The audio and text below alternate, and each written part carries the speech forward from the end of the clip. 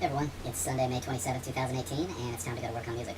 It's been an awesome day. I'm in a really good place and excited for a productive session as usual. Forgot to mention on Thursday, I took off to Lake Tahoe for Memorial Day, quick little holiday. It was my partner's birthday, and she always likes to get out of town, and I'm always resistant to going out of town because I like to prioritize work.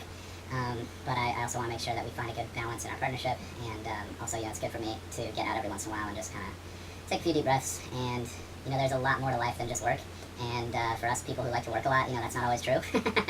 But for me, there's so many things I would love to do, but I end up prioritizing work over that. So I'm seeking a better balance right now. But at the same time, I think just all the training I've been doing for this new job has been hard because I just don't have the same amount of music time on a regular basis that I normally would have. So I feel this compulsion to utilize that. And what I'm going to do tonight is just sit down and reprioritize and make sure that I can focus on having the experiences I want in life. I don't miss out on any big moments.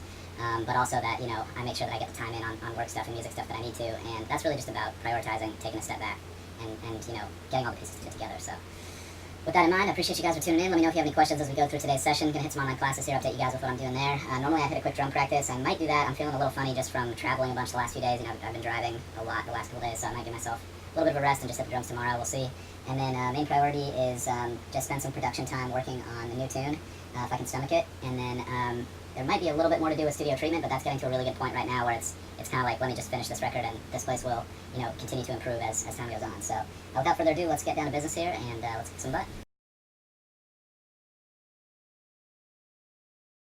Alright, obviously not the most exciting vlog, just me sitting in front of a computer, but this is really about telling the truth of what I'm doing and just trying to be as faithful and honest as I can with and about the process. But yeah, physically I just want to take a rest today, which I think was 100% the right move. I think I'll sleep really well tonight, get back in the groove tomorrow and be ready to put the pedal back to the metal. But what I did is just hit the online class front, got some more notes on the art of vocal production class, and a little bit about artificial widening, artificial doubling.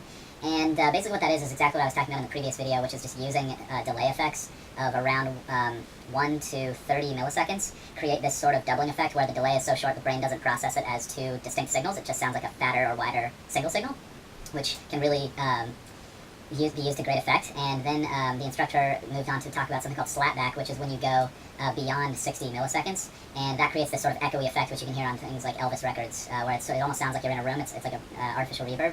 And in between that, 30 to 60 milliseconds is sometimes used for what's called artificial doubling, where it starts to sound like two distinct performances. The brain can distinguish it that way, but it doesn't yet have that echoey effect that you would have if you were in like a big concert hall or a big room. So 1 to 30 seconds you can use for widening, still sounds like a single performance. 30 to 60 seconds you can use for doubling, sounds like two distinct performances, but sort of like meant to stick together a little bit. And then you get 60 to 100 milliseconds of delay, you have that slapback effect, and then after that you have that sort of popular, like what I would call the U2 style delay, where if you listen to Where the Streets Have No Name or something, it's like it sounds like more than one guitarist, or it sounds like the same thing cycled over and over and over again. So really, really cool to get deeper into that. I just don't feel like I can know too much about that stuff. From there, I started working on my Funk Rock email list project that I'm working on. I'm not sure if it's going to be like an ongoing blog type thing, or if it's just going to be an email list type thing. I'm sort of just letting it develop on its own. But it's basically a way for me to test the waters of how big is the interest in funk rock right now, how well does my music and what I'm currently working on with my Aeons project slot into that historically, and can my record, even stand up to some of these great records. And I won't know until I give it my all, but this is a great way for me to become an influencer in the space, because there doesn't seem to be a great influencer in the space right now. There don't seem to be very many online communities that I found. I'll keep searching. But it'll dovetail nicely with a Facebook page that I'll create and an Instagram account I'll create, and maybe a couple other platforms, like a YouTube series of me talking through some of the records or something like that.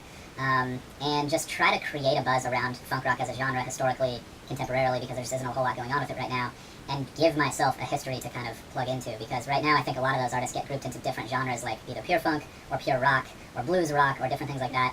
And I think that we can carve out a special niche for funk rock, even if it means appropriating folks from other genre classifications. Now, it's important to say that artistically there may be no need to quantify things in terms of genre, but commercially it really helps if you can slot into a certain place where consumers expect a certain thing from a sound. And even if I'm just making something up called funk rock and I'm just telling the story of that genre like I'm telling my own story of records that have influenced me, that makes a lot of sense to me, just in terms of building an audience, building excitement, giving people value before I have a finished record that I can present to them and say like, hey, check out my record. It's like, hey, here are all the records that I pulled from that have sort of become what I'm doing right now. So let me know if you have any thoughts or questions on that. I appreciate you guys for tuning in. Hope you guys are out there grinding towards your goals, enjoying the process. That's what I'm out here doing. And I'll see you guys tomorrow for more. Can't wait.